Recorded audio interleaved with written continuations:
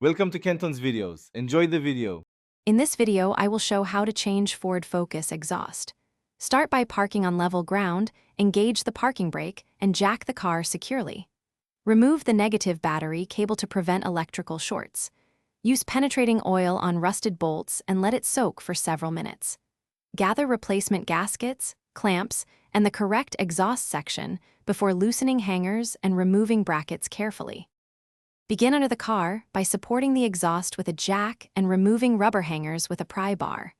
Work from the rear toward the front, unbolting clamps and flange bolts gradually. Keep track of hardware and inspect bracket condition as you go. If a bolt snaps, mark the location and remove it later with an extractor. Once detached, lower the old section carefully to avoid scraping or bending adjacent components. Slide the new exhaust into place starting from the front and moving rearward, aligning flanges and hangers as you go.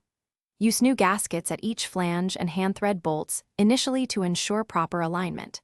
Tighten clamps evenly and check clearances from heat-sensitive components and the bumper. After installation, reconnect the battery, start the engine, and listen for leaks while adjusting bolts as needed to achieve a snug, rattle-free fit. Thanks for watching. Consider subscribing if we helped you.